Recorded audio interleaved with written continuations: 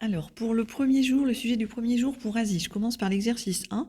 Donc, vous avez d'abord une lecture graphique, alors qui ne présente aucune difficulté. La première question, c'est même que la construction d'un tableau de variation uniquement par lecture graphique sur un intervalle borné. Donc là, on est même sur le programme de seconde. Il faut simplement voilà, être vigilant au niveau des unités.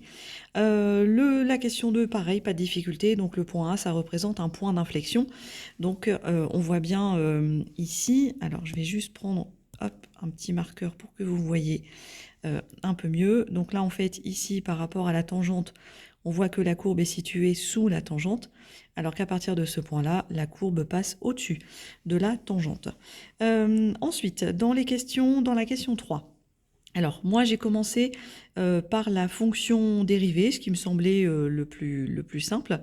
Donc en fait, quand on regarde ici la question 1, sur l'intervalle 0 jusque 1,5, la fonction f est croissante. Donc ça veut dire que la dérivée f' doit être positive. Et sur l'intervalle 1,5, 5, la fonction f est décroissante. Donc ça veut dire que sa dérivée doit être négative. Et donc ici, si vous regardez, j'ai bien la fonction est positive sur l'intervalle 0, 1,5, puis négative. Donc voilà pourquoi la courbe C2 est la courbe de la fonction dérivée. Et ici, pour la courbe C1, donc par élimination, c'est la courbe de la dérivée seconde. Vous pouvez le voir ici, puisqu'on a dit que le point A était un point d'inflexion. Le point A, il a pour abscisse 2,5, donc f seconde de 2,5 est égal à 0. Ensuite, la question 3. Donc là, j'ai raisonné en partant du principe que la courbe C3 est une primitive. Et en fait, on arrive à une incohérence. C'est ce qu'on appelle un raisonnement par l'absurde. Si vous êtes un petit peu perdu, pour rappel, entre la fonction f, sa primitive, sa dérivée, etc., faites un petit tableau. Vous avez l'habitude de faire des tableaux dans lesquels on place les valeurs du x, puis on étudie le signe de f', puis le sens de variation de f. Eh bien, vous reproduisez ce tableau, mais en considérant cette fois-ci la fonction f et sa primitive, grand F.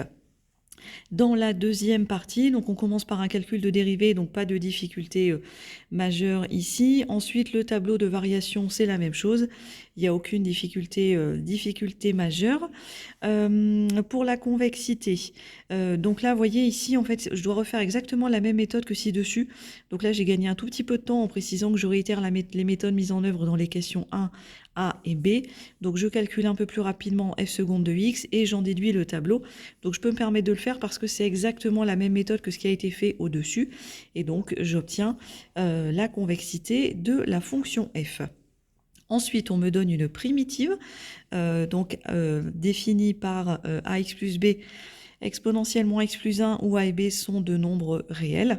Et donc en fait, ce que j'ai fait, c'est que j'ai dérivé grand f. Voilà, donc ça m'a permis d'obtenir grand f' de x qui est égal à exponentielle moins x plus 1 facteur de moins x plus a moins b. Et je sais que grand f' de x est égal à petit f de x. Donc en fait, en comparant, j'obtiens donc que moins a doit être égal à 4, donc a égale à moins 4, et a moins b doit être égal à moins 2, ce qui me donne la valeur de b. Ensuite, une fois que j'ai la primitive, je vais donc pouvoir en déduire ici l'intégrale. Donc attention, c'est bien entre 3/2 et 8. Donc je reprends la primitive qui était juste au-dessus. J'obtiens donc la valeur exacte ici et la valeur arrondie ici. Ensuite, la valeur approchée de la hauteur du point de départ.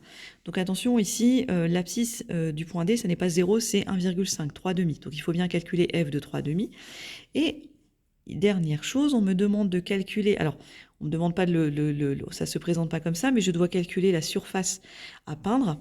Et donc en fait, la surface à peindre, ma fonction f étant positive sur l'intervalle 3/2, 8, eh bien c'est la valeur de l'intégrale que j'ai calculée juste au-dessus. Ensuite, une petite division pour avoir le nombre de bombes aérosols et on trouve 5. En fait, on obtient à peu près 4,5. Donc avec 4 bombes, on n'en aura pas assez. Avec 5, certes, on en aura trop, mais au moins on pourra effectuer la peinture nécessaire. Donc voilà pour l'exercice numéro 1.